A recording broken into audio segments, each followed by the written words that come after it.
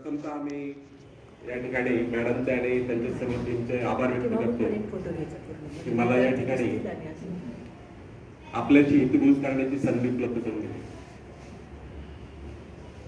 तर मी basically electrical engineer आहे, परिचय दिलाच आहे. त्याच्यामध्ये कोयना जलविद्युत प्रकल्पावर 2 वर्ष विद्युत अभियंता म्हणून काम केलं. त्यानंतर 1 वर्ष चंद्रपूर थर्मल पॉवर स्टेशनला अभियंता म्हणून काम केलं.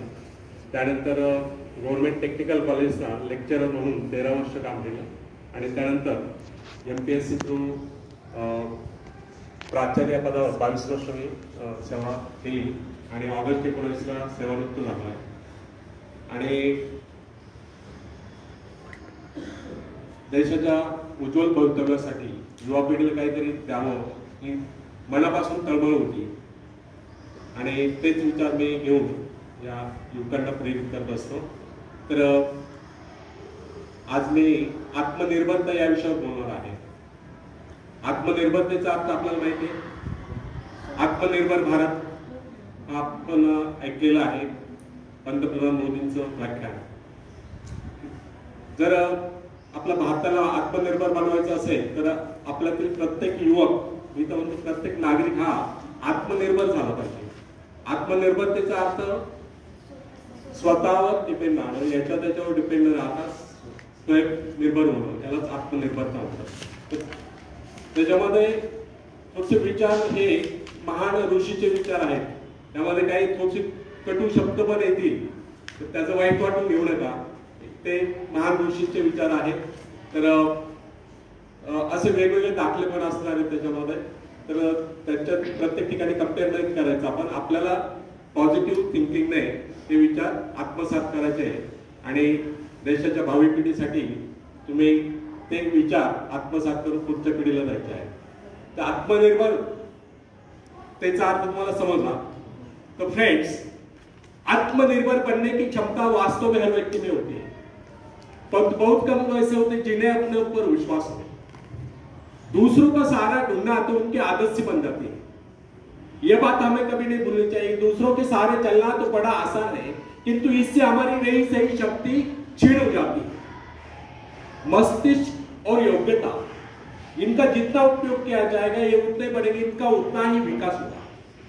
एक विडंबना है कि अपने आप कुछ करने की बात तो जैसे लोगों के मन में आती नहीं. कुछ लोग अपने आप एक ही काम करते रहते हैं. वो है अपनी बदनसीबियों का रोना रोना या दूसरों के आश्रय रहकर उनके गुणगान करना.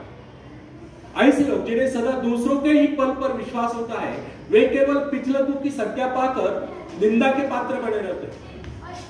ऐसे लोग अपने आंतरिक शक्तियों का भी लाभ नहीं उठा पाते. फ्रेंड्स, ये न समझना आप यदि जन्मजात नेता नहीं है तो ऐसे रहो. जन्मजात कौन क्या होता है? कोई महान नहीं होता, कोई वैज्ञानिक नहीं होता, बल्कि एक अबोध बालक जन्म के बाद अपने में ऐसी शक्ति पैदा करता है जिसके सहारे वो अपने व्यक्तित्व की एक अलग पहचान बना लेता है.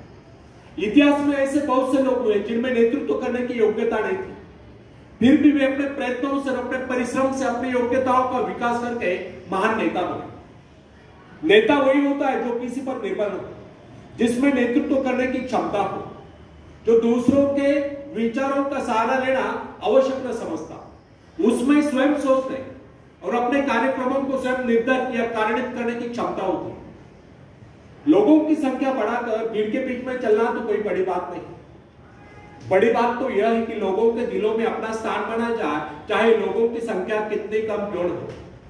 ऐसे लोग वही होते हैं जो आत्म विकास करके शक्तिशाली हो चुके हैं. ऐसे ही लोग अपने भाग्य को बदल देते हैं, अपने साथ साथ दूसरों का भी भाग्य बदल देते हैं. आज के युग की विडंबना यह है, हर कोई किसी न किसी का सहारा ढूंढते नजर आता है.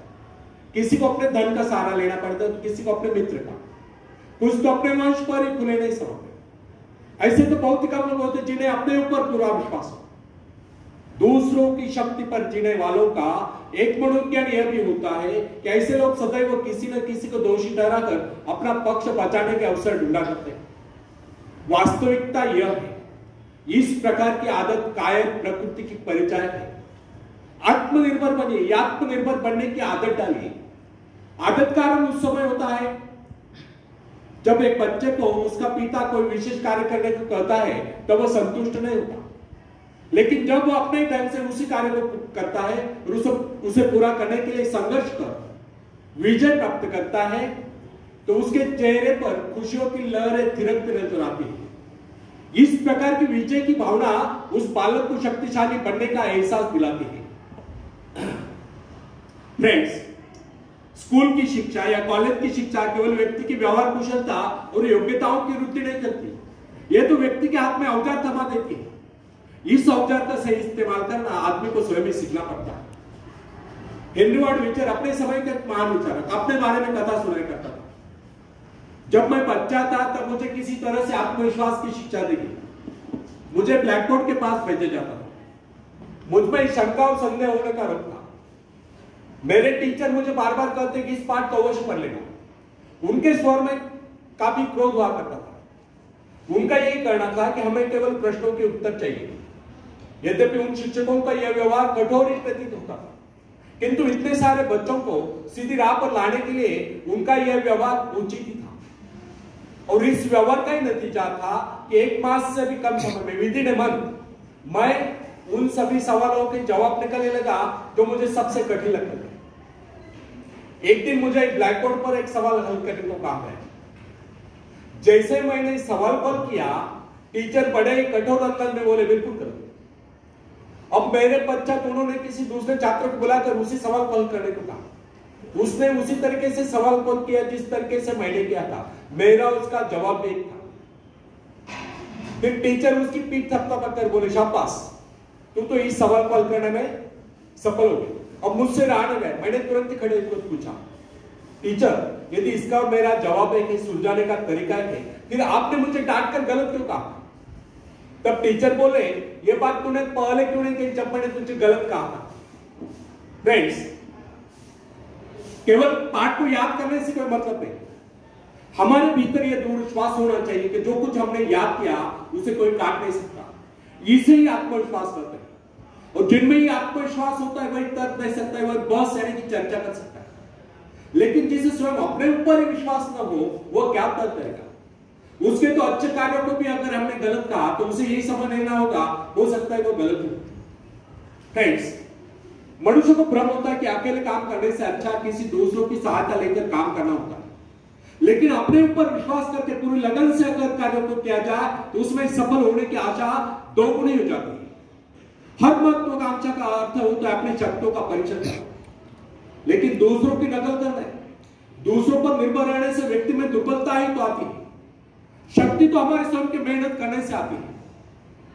अखाड़े के पास बैठकर हम अपने शरीर को शक्तिशाली नहीं बना सकते, या दूरदर्शन पर एक्सरसाइज प्रोग्राम देखकर हम अपने शरीर को तंदुरुस्त नहीं बना सकते।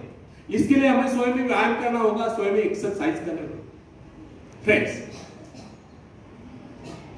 यदि आप जीवन में सफलता चाहते हैं तो इसके लिए आपको स्वयं ही प्रयास करना होगा, स्वयं ही उस रास्ते पर चलना होगा जो आपको उन्नति को ले जाता है। और वो रास्ता है आत्मविश्वास का। अपनी शक्ति को पहचान कर ही आप सफलता प्राप्त कर सकते हैं, या अपनी योग्यताओं को पहचान कर ही आप सफलता प्राप्त कर सकते हैं। मगर यदि आप ये सोचते हो कि संसार में कोई दूसरा व्यक्ति काम करे और सफलता हमें प्राप्त हो, तो ऐसे कैसे हो सकता है? जो लोग बच्चों को इस प्रकार जीवन क्षेत्र में उतरना चाहते हैं कि वे बिना किसी संघर्ष के, बिना कोई कष्ट उठाए आगे बढ़े, तो वे उनकी राह में कांटे बिछाते हैं। संतान को ऐसा बनाना है कि वो किसी भी प्रकार के संघर्ष का सामना करने में अयोग्य हो, तो इसका सीधा अर्थ यह हुआ कि वे लोग अपनी संतान का भविष्य शुरू से बिगाड़ रहे हैं। संतान को सुख और यश के झूले में झुलाने वाले मां बाप संतान के सबसे बड़े दुश्मन होते हैं। दूसरों की तो छोड़ो, वे उसे स्वयं को पहुंचाने की जहमत या स्वयं को पहुंचाने के कष्ट भी उठाने नहीं देते। बच्चों को भी समझना चाहिए, स्वर्ग जाने की इच्छुक को स्वयं ही मरना पड़ता है। स्वर्ग वही जाएगा जो मरेगा, दूसरा कोई नहीं जा सकता। इसी प्रकार जीवन का सच्चा आनंद वही पाएगा जो अपनी आत्मा की शक्ति को पहचानेगा। फ्रेंड्स, यदि आप किसी कार्य में कामयाबी चाहते हो तो उसके पीछे अपनी पूरी शक्ति लगा देगा। नवयुवकों का या नवयुवतियों का स्वभाव होता है सराहना, सीखना, अनुसरण करना। लेकिन अगर उनके अभिभावकों द्वारा या मां बाप के द्वारा बचपन से ही सारे ऐश-आराम देकर उन्हें जीवन संघर्ष के लिए हतोत्साहित किया गया हो, निराश किया गया हो, तो इसका परिणाम यह निकलता है कि वे अकेले चलना भूल जाते हैं। उनकी हालत पैसा के ऊपर चलने वाली हो जाती है। फिर तमाम उम्र वे बिना किसी सहारे के चले नहीं पाते। इसलिए फ्रेंड्स, यदि जीवन में कुछ करना चाहते हो, कुछ बनना चाहते हो, तो अपनी सहायता स्वयं करें। किसी की सिफारिश या प्रभाव से आगे बढ़ने के प्रयत्न आपके भविष्य को नष्ट कर देते हैं। स्वयं को इस योग्य बनाओ कि आपको किसी दूसरों से सहायता की आवश्यकता न हो। अपने भीतर अथाह साहस और विश्वास जगाइए। आनंद तो उसी उन्नति में आता है जो स्वयं के द्वारा प्राप्त हो। दूसरों के भरोसे, उनकी सहायता से आगे बढ़कर अपने को अपंग बनाने का क्या उपाय हो सकता है? इससे तो मनुष्य की अपनी सारी शक्तियां दम तोड़ देती है, अपनी बुद्धि कुंद हो जाती है। जो दूसरों की सहायता का मोहताज बना रहता है, जो अपना हाथ तक नहीं ला सकता, वो क्या कर सकता है? वो जीवन भर दूसरों का मोहताज बना रहेगा। ना उनमें आत्मविश्वास आता है, ना वे स्वयं के भरोसे आगे बढ़ पाते हैं। उनका तो भविष्य ही अंधकार में होता है।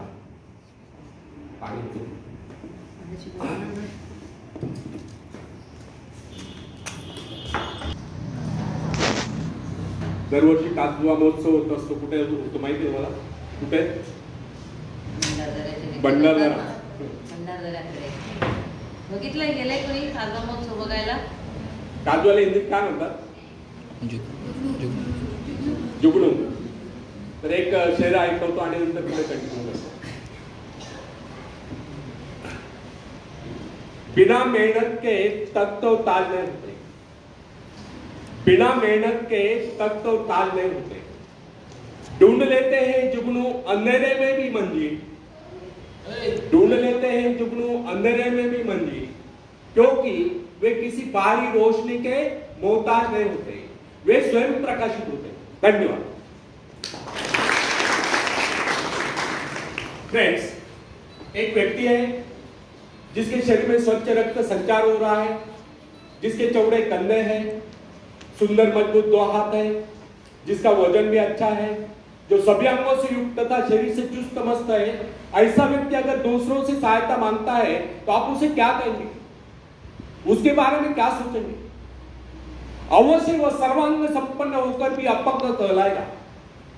आप ऐसे अपंग मत बनिए, आप सामर्थ्यवान बनकर दिखाइए। आप ऐसे बनकर दिखाइए कि लोग आपसे सहायता पाने की चेष्टा करें।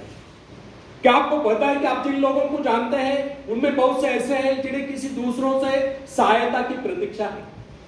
सही बात तो यह है कि उनमें से बहुत से लोगों को इस बात का भी पता नहीं कि उन्हें जो सहायता चाहिए वो कहां से मिलने वाली है। फिर भी वे इंतजार करते और सोचते रहते कि बस अब उनका काम बनने वाले हैं, उन्नति के द्वार खुलने वाले हैं, कोई उनकी मदद के लिए आएगा और उनके सारे कष्ट दूर हो जाएंगे। क्या ऐसा संभव है? वास्तव में कोई किसी की सहायता करता है? ऐसे सोचने वालों ने अपने गिरेबान में झांक कर देखना चाहिए, क्या उन्होंने किसी दूसरों की कितनी सहायता की? उन्होंने आज तक किसकी कितनी मदद की है? क्या कोई ऐसा व्यक्ति है जो कहे कि उन्होंने उसे सहायता की थी इसलिए वो आज उन्नति की चोटी पर है? फ्रेंड्स, यदि आपने या उन्होंने किसी दूसरों की सहायता नहीं की तो फिर किसी दूसरों से सहायता की प्रतीक्षा करो। ऐसे लोग केवल अपने भूल के कारण ही आगे बढ़ने से रह जाते हैं। हर इंसान को चाहिए कि वह केवल अपने सहारे आगे बढ़े, लौटने के रास्ते से मुंह फेर कर बिना किसी के सहारे आगे बढ़ता चाहिए। आत्मनिर्भरता से तो मनुष्य की शक्तियां विराट रूप धारण करके प्रकट होती है। आत्मविश्वास ही सफलता की नींव है। इसी आत्मविश्वास के सहारे हम दूसरों की सहायता करने में सफल हो सकते हैं। एक बहुत बड़े प्रबंधक एडमिनिस्ट्रेटर का कहना है, मैं अपने बेटे को ऐसी कंपनी नियुक्त करना चाहता हूं जहां उसे कठिनाइयों का सामना करना पड़े, क्योंकि इससे उसकी सहन शक्ति और कुशलता विकसित होगी। यदि मैं उसे अपनी कंपनी में रखूंगा तो वह मेरे भरोसे बैठा रहेगा, हर निर्णय के लिए वह मेरा मुंह ताकता रहेगा, उसमें ठहरे हुए पानी की तरह सड़ान उत्पन्न होगा। आप सभी जानते हैं, ठहरे हुए पानी पर मच्छर गुनगुनाते हैं तो बहते हुए पानी पर राजहंस तैरते हैं। कितने सुंदर विचार थे उस व्यक्ति के। अगर माँ बाप अपने पुत्र या पौत्री के लिए इस प्रकार के उच्च विचार रखते हैं तो वे अवश्य उनके भाग्य विधाता बन जाएंगे। जो माँ बाप अपने बेटों या बेटियों को अधिक लाड प्यार से बिगाड़ देते हैं कि बच्चा जब चाहे स्कूल जाए, जब चाहे छुट्टी कर ले, जब चाहे कॉलेज जाए, जब चाहे छुट्टी कर ले, जब चाहे काम पर जाए, जब चाहे छुट्टी कर ले, तो ऐसे बच्चे भविष्य में कुछ नहीं कर पाते, उनका तो भविष्य नष्ट होता है। अपनी शक्ति पर स्वयं ही भरोसा करना पड़ता है। अपने कार्य स्वयं करने वाले सफल होते हैं, दूसरों की सहारे अपने कार्य स्वयं करने वाले सफल होते हैं। इसी से मानव के चरित्र का निर्माण होता है। जिन बच्चों को यह पता हो जाता है कि वे अपने माँ बाप के सहारे जीवित रह सकते हैं, वे अपने बल पर कोई भी कार्य समर्थ होकर भी कर नहीं पाते, वे वैसी कोशिश भी नहीं करते, जबकि उन्हें समझना चाहिए कि माँ बाप तो सदा के लिए उनके आश्रयदाता नहीं बन पाएंगे। एक दिन तो ऐसा आने वाला है जब उन्हें अलग अलग जीवन बिताना ही पड़ेगा। तब ऐसे लोगों को भयंकर मुश्किलों का सामना करना पड़ता है। इसलिए फ्रेंड्स, यदि आरंभ से अपने कार्य स्वयं करने की आदत डाली जाए तो यह आदत आपके भविष्य के लिए बहुत ही लाभकारी सिद्ध होगी। जब चाहे शक्ति के सहारे आप जमीन पर पांव टिकाकर आगे बढ़ सकते हैं। सफल वही होता है जो अपनी शक्ति पर भरोसा करता है। अपने काम स्वयं करने वाले सफल होते हैं, दूसरों के सहारे आगे बढ़ने वाले अक्सर भंवर में फंस जाया करते हैं। फ्रेंड्स, जिस नाव की पतवार आपके हाथ में नहीं, वह नाव आपको पार करा दे, इस बात की क्या गारंटी? आपका जीवन तो उसके हाथ में है जिसके हाथ में नाव की पतवार हो। वह चाहे तो आपको डुबो दे, चाहे पार करा दे। फ्रेंड्स, जब नदी में बाढ़ आती है तब जो साहसी है, जिसे अपनी शक्तियों पर पूरा विश्वास है, वह तो तय कर उस पार चला जाएगा। लेकिन जो डरपोक और कायर है, वह तो बीच मझधार में डूबकर अपनी जान दे देगा। सहायता पाना और सहायता की प्रतीक्षा करना दोनों ही बातें प्रगति की राह में बाधा है। अतः हर युवक या युवती के लिए आवश्यक है वह शुरू से अपने काम स्वयं करने की आदत डाले। अपने माँ बाप आदि लोगों की शक्ति से विश्वास हटाकर केवल अपनी शक्ति के सहारे आगे बढ़ने की कोशिश करें। जिस समय आप बाहरी सहायता लेना बंद कर देंगे, उसी क्षण आपके भीतर आत्मनिर्भरता का अंकुर फूटते हुए महसूस होने लगेगा। स्वयं कार्य करते समय यदि आप असफल भी हो जाते हैं तो बिना उस असफलता को घबराए तुरंत उस कमी की खोज कीजिए जिसके कारण आपको असफलता मिली, और जैसे आप उस कमी को खोज निकाले तुरंत ही उसे दूर करने के प्रयास में जुट जाइए। आपका वास्तविक आदत तभी होगा जब आप एक सफल व्यक्ति के रूप में दुनिया के सामने होंगे। मगर यदि आप एक व्यक्ति के बाद दूसरे व्यक्ति के आगे हाथ फैलाना शुरू कर देंगे तो लोग आपको ममता या भिखारी कहेंगे। अतः आप यह प्रण कर लें कि आपको केवल अपने भरोसे जीना है, ना कि किसी की दया पर। क्योंकि बाहरी सहायता किसी वक्त ही वरदान सिद्ध होती है, अधिकतर समय यह अभिशाप ही सिद्ध होती है। फ्रेंड्स, बाहरी सहायता मनुष्य की काम करने की गति को बंद करके शरीर में सुस्ती ला देती है। आप ऐसे लोगों से मैत्री कीजिए जो आपको आगे बढ़ने की प्रेरणा दे। जीवन में ऐसे लोगों से मैत्री कीजिए जो आपको आगे बढ़ने की प्रेरणा दे। कुछ लोग एक बाजू या एक पाव वाले होते हैं, फिर भी वे अपनी लगन और अपनी मेहनत से अपनी जीविका चलाते हैं। फिर तो आप तो हट्टे कट्टे फिर आगे बढ़ने की कोशिश आप क्यों नहीं कर सकते? मैं एक ऐसे व्यक्ति को जानता हूं जिसका एक पैर किसी रेल दुर्घटना में कट गया था। उसने कभी किसी से भिक्षा नहीं मांगी, किसी से दान लेना गवारा नहीं किया, यहां तक कि अपने बहन भाई का भी उसने कभी सहारा नहीं किया। उसने एक छोटा सा धंधा फुटपाथ पर आरंभ किया। शुरू में वो न्यूज़पेपर बेचने लगा। 2 पैसे बचाकर उसने वजन तौलने की मशीन खरीदी, उस पर अपना पेट पालने लगा। आज वही व्यक्ति उसी फुटपाथ के किनारे एक बहुमंजिला बिल्डिंग में न्यूज़पेपर स्टॉल लगाकर बैठा है, साथ में जेरॉक्स सेंटर भी खोल रखा है। सुना है आजकल वो मोबाइल शॉपिंग भी चला रहा है। वो स्वाभिमानी, किससे मदद लेना वो अपना अपमान समझता था। आज वही व्यक्ति उन लोगों को जिनके हाथ पैर सलामत है, ऐसे परिवारजनों को खिलाता पिलाता है, उनकी हर प्रकार की सहायता और मदद करता है, तो इसमें किसी को हैरत नहीं होती। आज वो दूसरों की सहायता करने योग्य हो चुका है। वो उन लोगों के लिए प्रेरणा स्थान है जो सर्वांग संपन्न होकर भी दूसरों से सहायता पाने की आशा रखते हैं। फ्रेंड्स, मैं केवल उस विकलांग की बात नहीं करता जिसे मैं जानता हूं। इस संसार में ऐसे बहुत से विकलांग लोग हैं जो अपनी हिम्मत से खुद भी खा रहे हैं और अपने परिवार को भी पाल रहे हैं। ऐसे स्वाभिमानी, मेहनती, आत्मविश्वासी और साहसी लोगों को अपनी जीविका चलाते देखकर हमें स्वयं के विषय में सोचना चाहिए, क्या हम पूर्णतः स्वस्थ हैं, साथ ही सभी अंगों से युक्त तथा शरीर से चुस्त मस्त होकर भी क्या हम अपने आप को समर्थ समझने का अधिकार रखते हैं? यदि हाँ, तो फिर किसी दूसरों से सहायता की प्रतीक्षा क्यों? ऐसे लोग केवल अपने भूल के कारण ही आगे बढ़ने से रह जाते हैं। हर इंसान को चाहिए कि वह केवल अपने सहारे आगे बढ़े।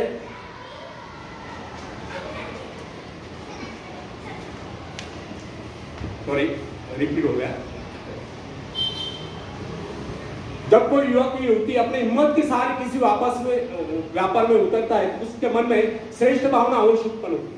यही भावना उसे प्रसन्नता प्रदान करती है। इससे पहले किसी के अधीन न कर, चाहे वो कितना ही बड़ा कारोबार पूर्ण कर चुका हो, परंतु उसे स्वतंत्रता से अपने आत्मविश्वास के सहारे साथ काम करने में एक नए आनंद का एहसास होता है।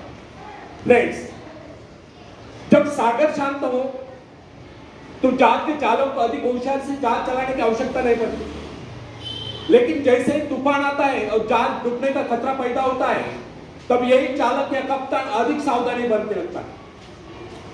जब जहाज में सवार सभी लोग घबरा रहे होते हैं, तब यही कप्तान मुस्कुराता हुआ अपनी संपूर्ण योग्यता को काम में लाता हुआ जहाज को डूबने के संकट से बचाकर सही सलामत ले जाता है। वास्तविक ऐसी योग्यता की परीक्षा दुख और संकट के समय में होती है। जब कोई इंसान थोड़ी पूंजी लगाकर अपने व्यापार का विस्तार करता है तो उसे वर्षों तक कठोर परिश्रम करने पड़ते हैं। इस परिश्रम से वह कुछ कमाने